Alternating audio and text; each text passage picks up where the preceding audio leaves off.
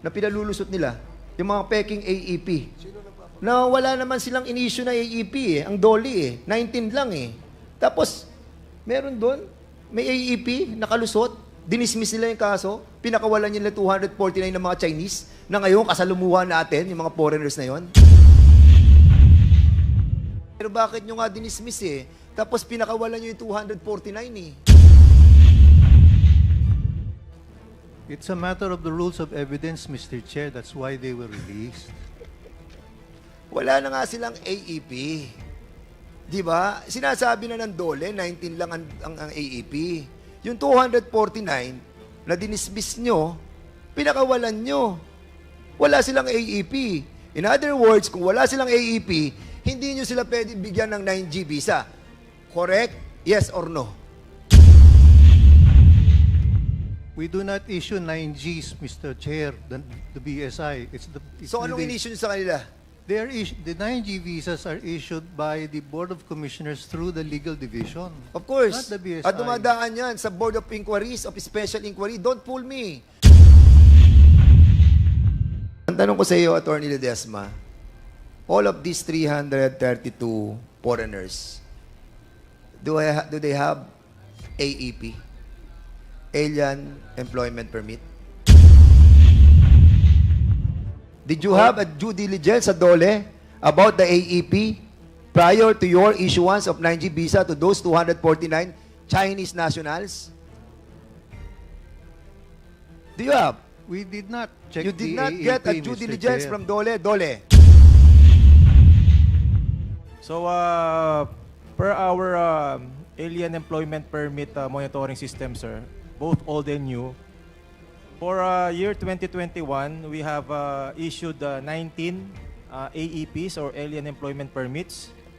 And for the year 2022, Your Honors, Mr. Chair, we issued 34. Wait, 2021, you issued how many AEPs? 19, Mr. Chair. 19. Oh, Sir, Attorney Ledesma, they issued 19 AEPs. AEPs, a requirement prior to the issuance of 9G visa. Para sa kaalaman ng ating mga kababayan, this 9G visa, kapag sinecure mo, mabibigyan mo ng 3 taon dito magtatrabaho yung mga Chinese national na yan. Kaya ayaw nila ng SWP o yung tinatawag nating working permit. Dahil yon 6 months lang yon. And AEP is one of the requirement of the 9G visa para makapagtrabaho dito yung mga Chinese na yan. Saan ang galing, Attorney Ledesma? Kung 19 lamang ang nakuwang nabigay nilang AEP doon sa Hongshen, yung nahuli doon na 332, pinakawalan nyo yung 249, okay? Saan ang galing ang AEP nila? Anyway, PBDEC, pasensya na po kayo, PBDEC. This is all about you. This time, it's all about you. PBDEC, kayo po ay, noong 2021, sino po ang administrator ng PBDEC? At Attorney Lavinia? Pompey? Hindi po attorney, Pompey Lavinia lang. Pompey Lavinia. You were the administrator during that time. 2021, up to November 12, 2021. And during that time, you remember that a certain Attorney Les Gusey of the Legal Service Division and a certain Colonel Pete Dakipil have notified the Office of the Administrator of a certain email coming from Director Alikpala that indeed there was an incident regarding the docking of a vessel from Vietnam at Pilsanji Port.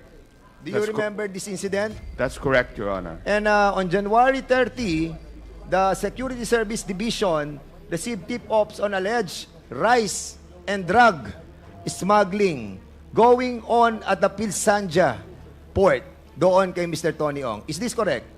That's right, Your Honor. That the text message was sent to me, and I alerted the security division.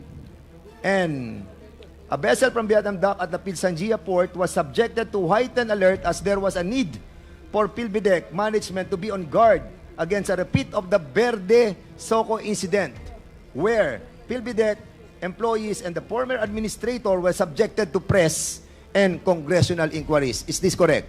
That's right. I was very worried of something like that happening again, so we acted on the intel that came to my cell phone that there might be smuggled rice, and there was even, I think somebody told me verbally, possibly illegal drugs. And that voyage of the vessel MB Binpok 168 carried loads of 2,900 metric tons of rice. Am I correct? I cannot remember the exact amount, but it should be in the documents, Your Honor. And on January 31, 2021, you personally went to the port in order to check That's right, Your Honor. if there was indeed an alleged rice and drug smuggling. That's correct. And the cargo was held there as need to be checked by Sanjia Port dahil hindi siya pwedeng magpasok ng rice because it has no permit to operate as a commercial port. Tama? Opo, because they actually had there was already a board resolution approving its operation as a commercial port that was Yes. that was approved the previous term, but then they had not complied with all the conditions, including public hearing, publication of tariffs, consultation with the other port operators. We have 13 ports in FIBIDEC, Your Honor. So in other words, Mr. Pompey Labiña, you were saying that there was a certificate of board resolution number 2841 series of 2020 which was approved by the former administrator. And who is the former administrator? By the board, Your Honor, but including By the the board. former administrator. The And administrator cannot approve it by himself. And that internal document was not meant for public consumption. That's correct, Your Honor. So, Attorney Quijano, so why was there a resolution granting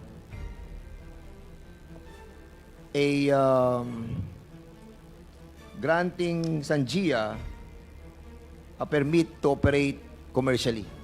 Your Honor, in the beginning, as they built the plant, Your Honor, the purpose is to manufacture steel bars out from scrap and steel materials, which are both domestically available and from abroad. And therefore, Your Honor, the subsequent request of Sanja was for the issuance of a permit for a port. The request was submitted to the board, Your Honor, for its approval. Subsequently, Your Honor, the board of FIBIDEC approved the request for the building direction of a port, Your Honor. Yes. Why do you have to approve a board resolution converting that port into a commercial port without persecuting? No, there is a, no... No, wait. I'm still have the floor. While you haven't secured yet a permit coming from the DNR who issued an ECC.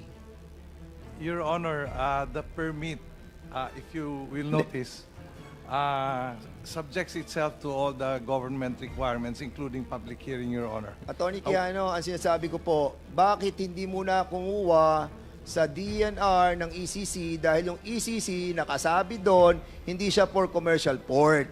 Di ba? Kung hindi pa siya commercial port, walang karapatan ang board ninyo, including you, to approve such resolution converting that to a commercial port. Your Honor, Ang dami po nating dapat kunin muna ng mga dokumento coming from the national agency before a resolution can be secured from PBDEC. wala pong converting, Your Honor. Ha? The request for a port was hindi po converting to a commercial port. Ang request po ng Sanja was for a port. Yes. So, binigyan po ng board ng approval for a port. Yung issue ng conversion, Your Honor, like what was pointed out by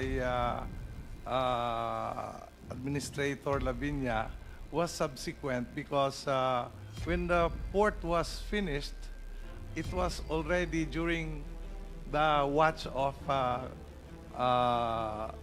Administrator Lavinia, Your Honor. Yes. My term was July 2017 to September 2020, Your Honor. So for your information, Attorney Kiana, ito ang nilalaman ng inyong resolution. Resolved to grant the intent of Pilsangia Port to engage in commercial operation subject to public hearing or consultation. Yes, Your Honor. So, since walang public hearing or consultation, so meaning, hindi mo siya mako-convert into commercial port. Am I Yes. correct? I agree, Your Honor. Yes. Bakit nakapasok yung mga rice? And I don't know if there is drug inside. Your Honor, that was not during my watch anymore, Your Honor. Sino to? Mr. Pompey Lavinia. Bakit? Bakit po nakapasok? Yes. Dahil hindi pa naman siya pwede mag-function as commercial port. But you allow to enter all those 2,900 metric tons of rice. Because it's not commercially operated yet. That's Dahil right. ang sinabi nyo dito, unless a public hearing or consultation must be subjected first. That's right, Your Honor. Have you conducted a public hearing? At the time, there was no public hearing. That's why we Yes. intercepted the boat because there was even no permission for the boat to land. Yeah, but what you allow the enter of the 2,900 metric tons. Eventually, you have decided to release all those 2,900, and I will tell you why. I will tell you why. Andito nakalagay. At 1:11 p.m. of February 2021, Attorney Gusay informed the administrator that she has verified with BOC Collector John Simon by phone call that the documents of the importation are in order and that BOC has also verified with Regional Director of NICA that there is no alert order for the importation. Suddenly, nagkaroon na ng clearance. A meeting was requested by Collector John Simon with the PBDEC representative in the afternoon. Attorney Gusay was allowed by the administrator to attend the meeting. A report on what transpired during the meeting was submitted by Attorney Gusay on February 2021. During the meeting, Attorney Noe S. Penillo Jr. disclosed that PBDEC 1A will be in trouble if the cargo was not released immediately.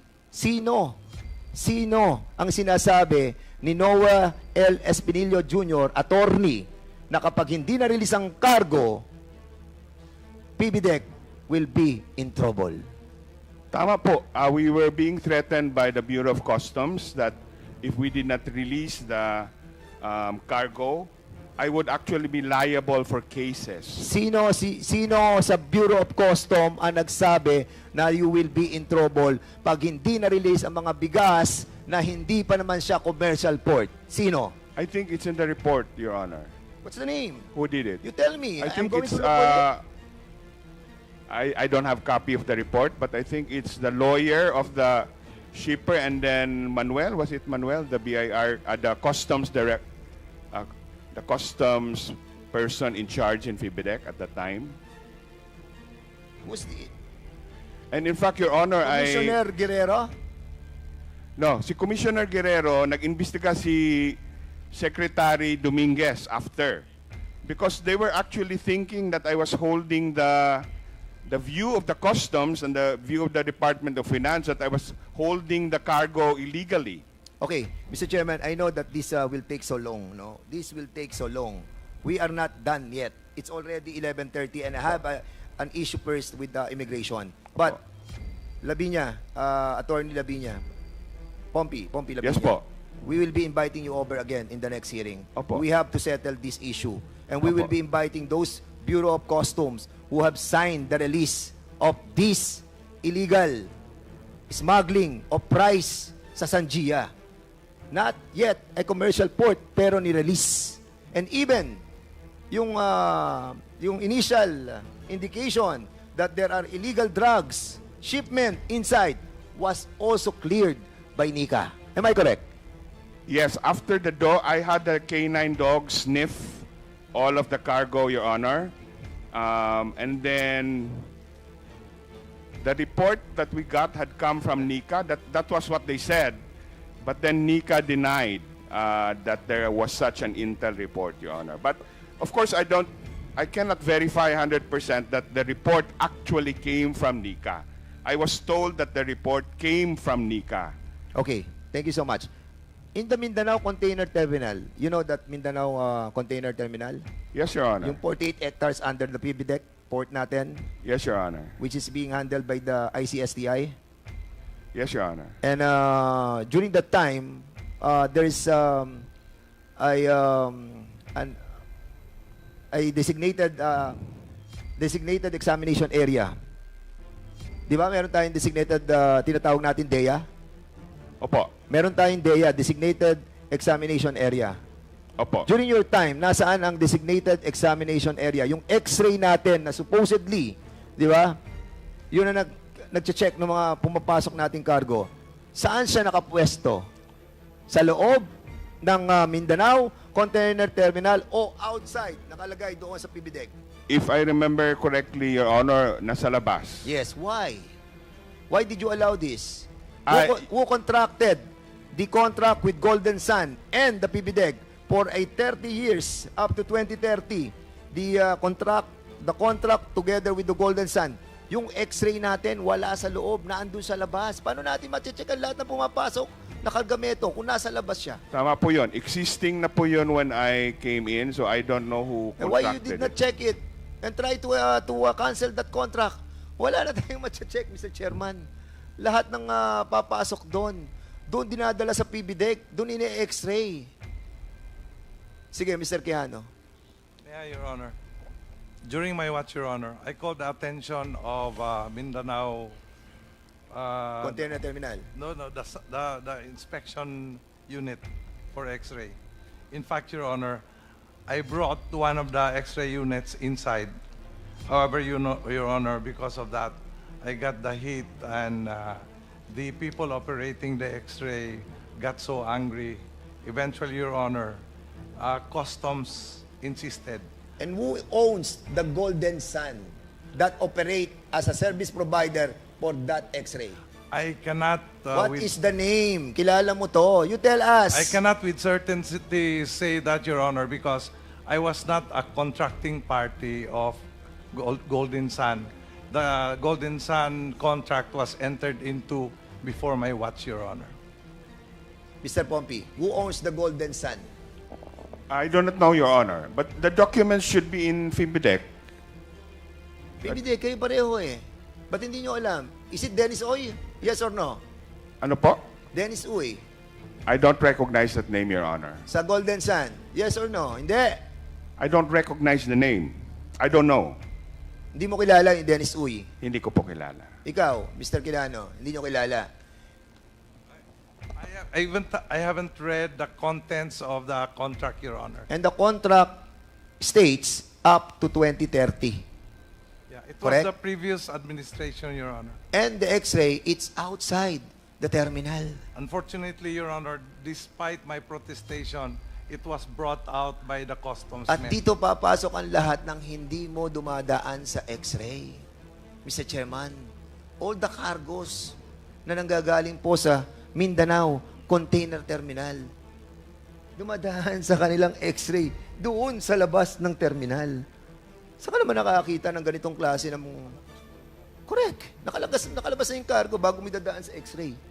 And they have contract until 2030. Mr. Chairman, we need to investigate this further. Punta po tayo sa immigration. Immigration.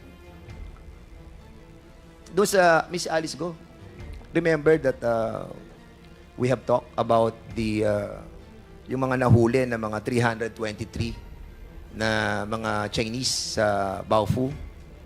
And remember that sabi ko sa iyo na kung may kilala ka sa immigration and you attended a Christmas party kay Attorney Carlos Capulong. Yes po, Your Honor. And you told me na kilala mo siya. at ikaw yung guest speaker sa Christmas party. Your Honor, I was invited. Hindi naman po talagang guest speaker po. Pero you are special kasi nga ako hindi nga ako naiimbita dun. Ikaw naiimbita. Sorry ako. Okay. Mr. Attorney Carlos Capulong, gaano mo kakilala si Alice Go? Good afternoon, Your Honor. Yes, good afternoon. Mr. Good Chair. evening. Good evening, Your Honor. Mag-good morning na, 30 minutes na lang. Yes, sir. Gaano mo kakilala si Miss Alice Go? Good friend, Your Honor. How good is the friendship? We met over time, Your Honor. We met sometime May 2021, and then communicating. Then sometimes we go out for lunch or dinner. And then during that time, I saw her. When I met her, she was not a mayor yet. She was an ordinary citizen. She was a businesswoman. And then I met her again personally during, I think it was sometime September of 2022. I went to the opening of Clark International Airport.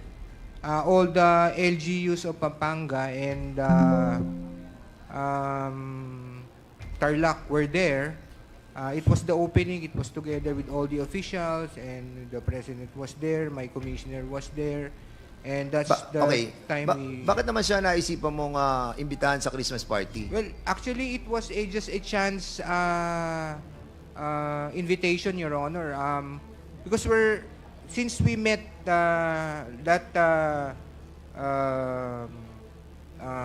September, then we talked, and then we Attorney haven't... Capulong, ano mga pinamigay ni Alice Go during the Christmas party? Actually po, I cannot remember, Your Honor, because I did not even ask her to bring anything. Pero So, those who were there told us na namigay siya ng ampaw. actually, hindi po totoo yun, Your Honor. Okay. Sige. I asked them again. You are under oath, Attorney Yes, Your Capulong. Honor. Yes, Your Honor. Are you the former Port Operation Division? Ikaw namamahala ng mga airports and seaports sa buong Pilipinas mula 2019 hanggang 2022? No, Your Honor. I was appointed or designated, Your Honor, 2021 March and then until 2023 February, Your Honor. So 2021 ka hanggang 2023 February, Your Honor. na Port Operator Division. Port- Operation Division. Yes, Your Honor. Ikaw ang chief, Acting Chief, Your Honor. acting chief.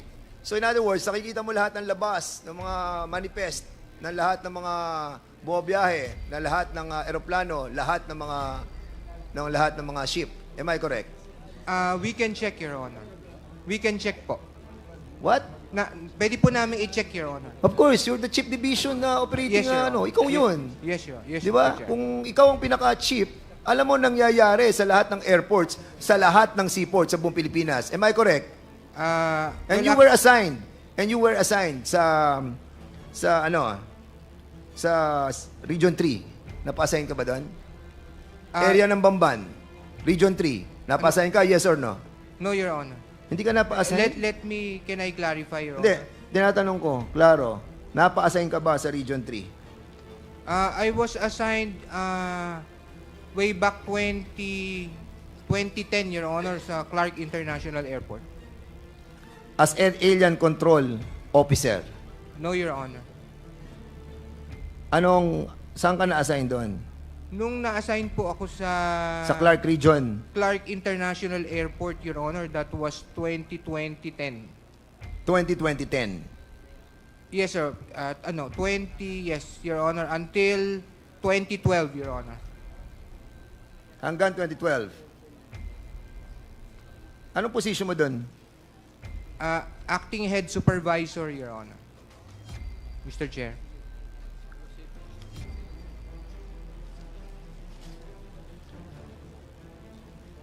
You have a law firm, attorney? Wala po, Your Honor. Are you related to Michelle Mabute? No, Your Honor. Isn't she your girlfriend? No, Your Honor. You have a child with her? No, Your Honor. Are you sure? Yes, Your Honor. Okay. I want to make it sure, ah. Right now, you are suspended. Am I correct? Yes, Your Honor. Why are you suspended?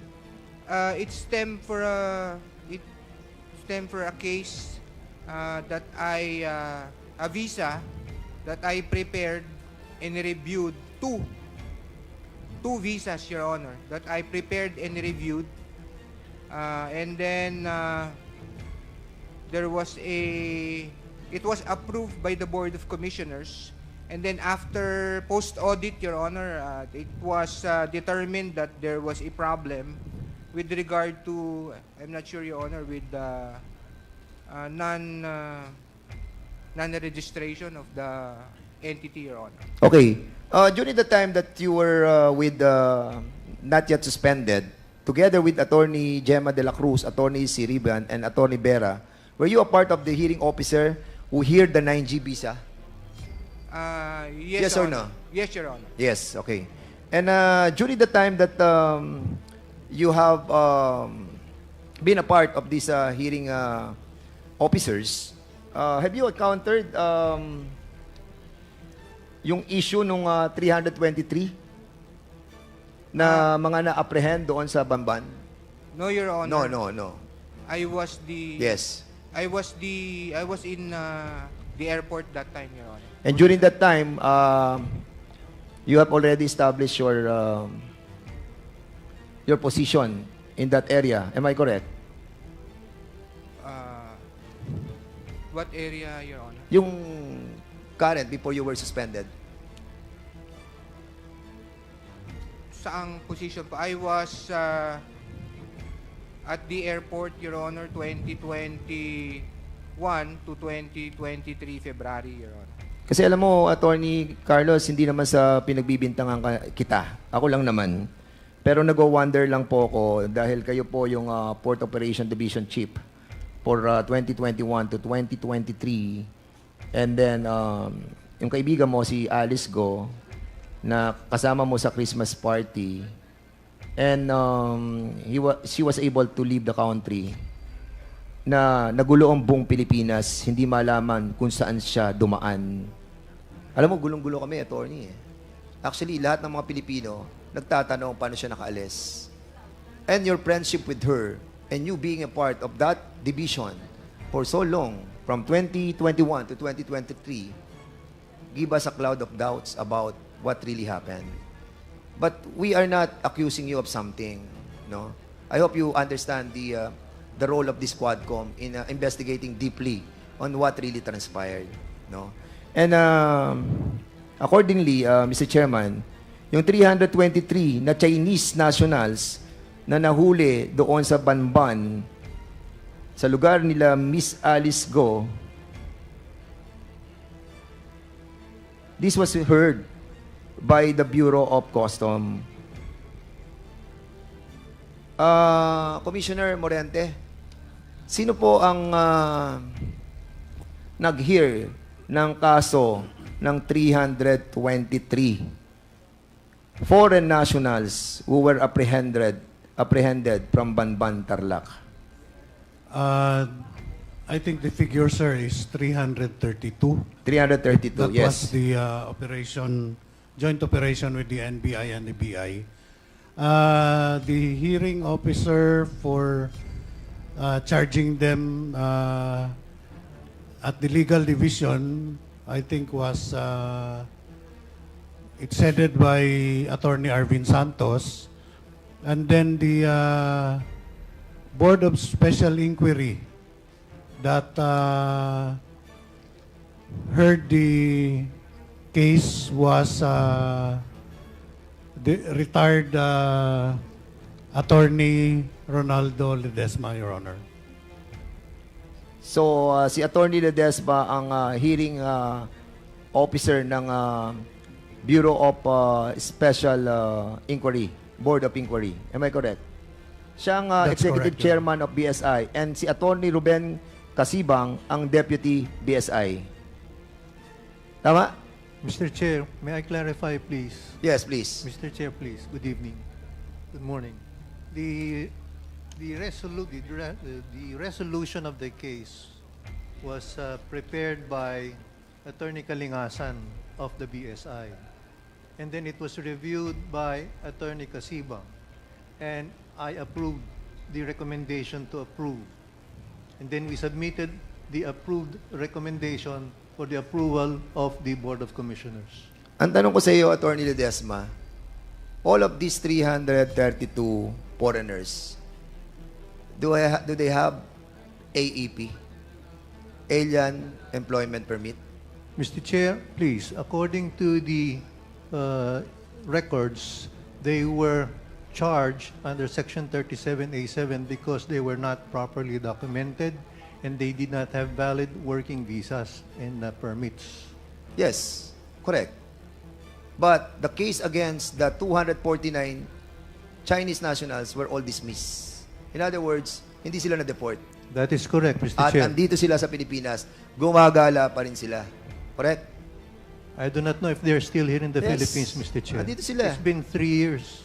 Now, ang tanong ko sa iyo, the process of getting a 9G visa is to have the AEP, correct? Mr. Chair, please, the process of issuing No, 9G... no. Answer me. Ang sinasabi ko, the process of getting a 9G visa is to secure an AEP coming from the Department of Labor and Yes, Employment. Mr. Chair. Correct? Yes, Tama. Mr. Chair. That is Okay. the primary Ang tanong ko sa iyo, requirement. Attorney Ledesma, yung 249 na pinakawalan ninyo, meron ba silang AEP na galing sa DOLE? According to the records...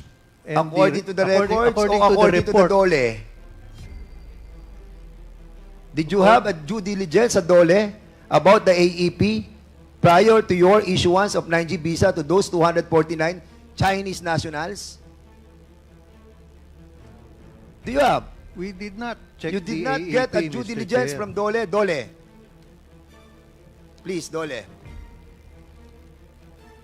Asan ang DOLE? We invited DOLE. Can you kindly tell us kung yung sa Banban, Tarlac that was apprehended by NBI and Bureau of Immigration have AEP?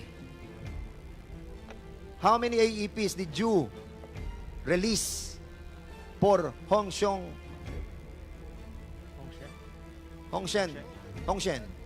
Good evening, Mr. Chair. I'm Pago Magtoto from Dole Region 3.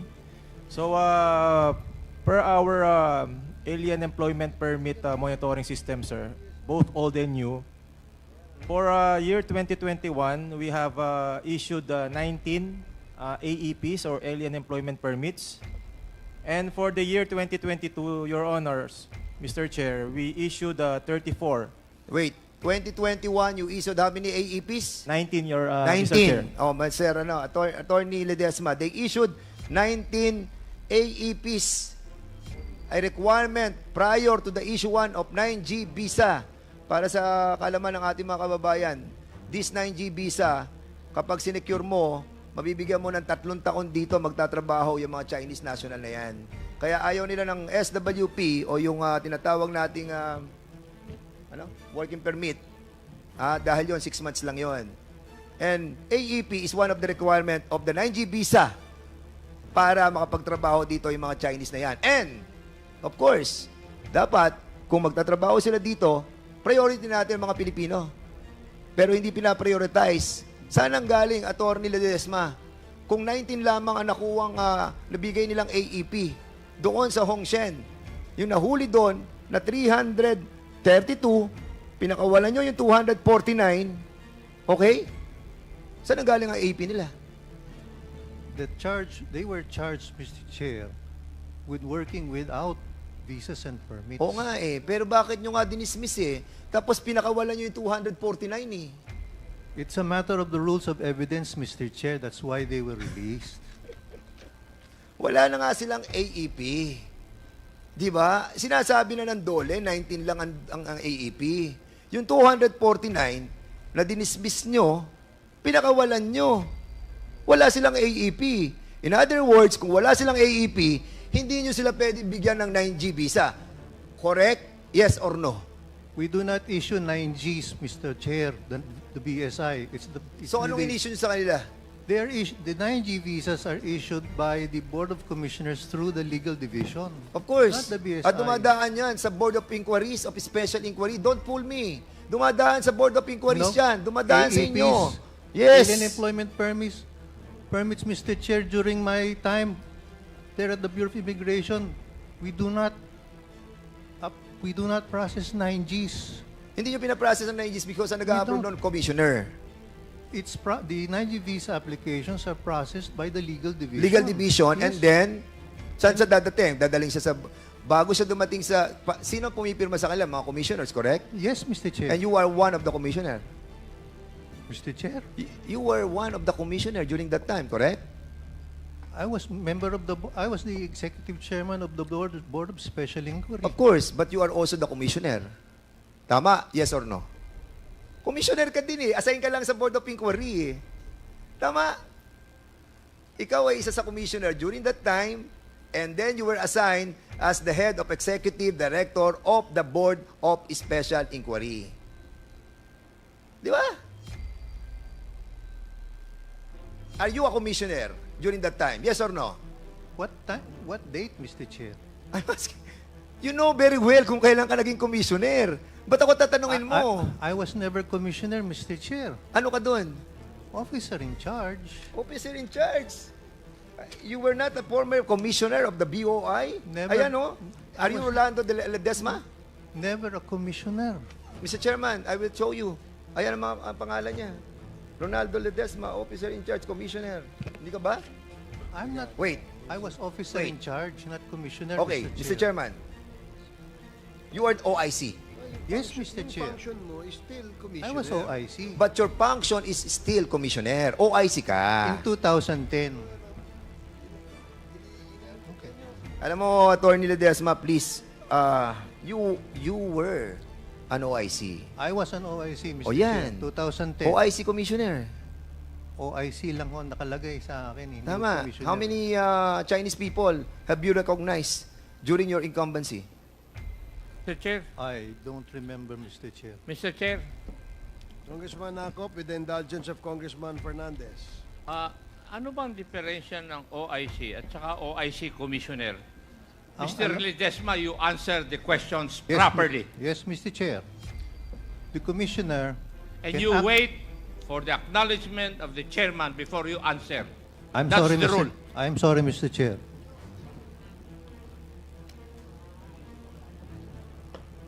Okay, proceed.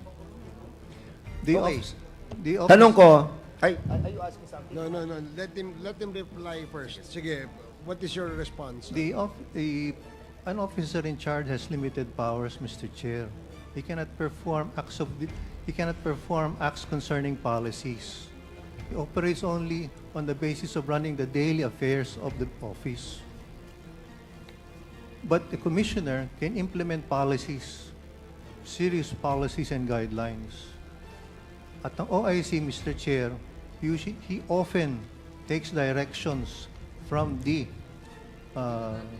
Secretary of Justice, while a commissioner can exercise his discretion on Okay. important matters. Sige. What are the instances when there is a need to appoint an OIC? Often when, may I answer, Mr. Chair? Yes, please. Often when there is a vacancy and the vacancy for a commissioner or a deputy commissioner is vacated, Now, if there is a vacancy and an OIC is appointed, and there is a need to change a policy of the immigration, can you not perform the duty of a regular commissioner? we have to seek the permission of the secretary, Mr. Chair. In fact, the orders, instructions have to be countersigned by the secretary.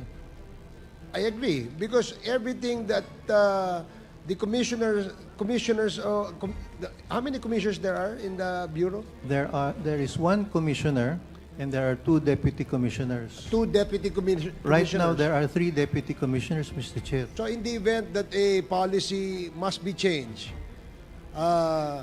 who proposes changes in the policy? Is it the DOJ, the SOJ, or it should come from the commissioners or the members of the commission? It can be a proposal submitted by the board. It can be a proposal submitted by the commissioner, Mr. Chair. So, in other words, pwedeng manggaling sa inyo. Pwede manggaling sa inyo. Sabi Yes, mo, Mr. pwede Chair. sa SOJ, pwede sa inyo eh. Di ba? Yes, Mr. Chair. Oh, ang tanong kasi sa iyo kanina ni Congressman Dan Fernandez, were you ever appointed as a commissioner?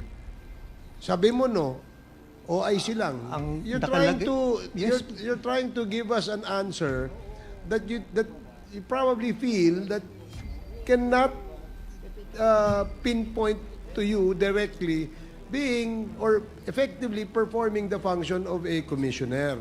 Yun din yun eh. Di ba? Yun din yun eh, di ba? Practically all the functions of a commissioner can be done by an OIC except on matters where policy will be proposed, correct? Yes, Mr. Di Chair. 99%, ganun din yun. Dahil Yes, pang sinagot, tinatanong ka lang niya kanina kung nag-commissioner ka eh. Kasi nagpapalusot lang Mr. Chairman sila Alam mo, ito yung bagong alam mo, nakakalungkot, yung pastillas gang na sinasabi nila. Napalitan niya ng pipino gang. Pipino. Mga peking Pilipino na pinalulusot nila. Yung mga peking AEP. Na wala naman silang in-issue na AEP Ang Dolly 19 lang Tapos, meron doon, may AEP, nakalusot, dinismiss nila yung kaso, pinakawalan nila 249 ng mga Chinese, na ngayon kasalumuhan natin, yung mga foreigners na yon. As a matter of fact, Mr. Chairman, I will show you something.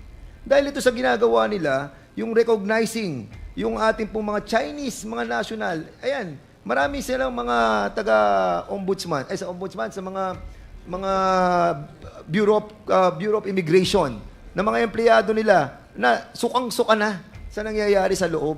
Meron tinatawag silang Gucci gang sa loob. Meron silang tinatawag na pastillas gang at ang pinakamalaki ay ang Filipino gang. Pipino gang. Dahil mga peking Pilipino. Mr. Chairman, pakita niyo yung yung ni-recognize nilang mga, saka naman nakakita, Mr. Chairman, 60 years old. 60 years old. Ha? I-recognize mo. Late registration, 60 years old. 50 years old. 49 years old.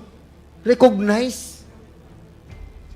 At ang sinasabi, Chinese father or mother or ang mother ay Chinese tapos Pilipina ang mother o kaya father. And then kukuha ng birth certificate na late registration, makikita nyo yan. Yung mga nandyan, 60, 50, 49.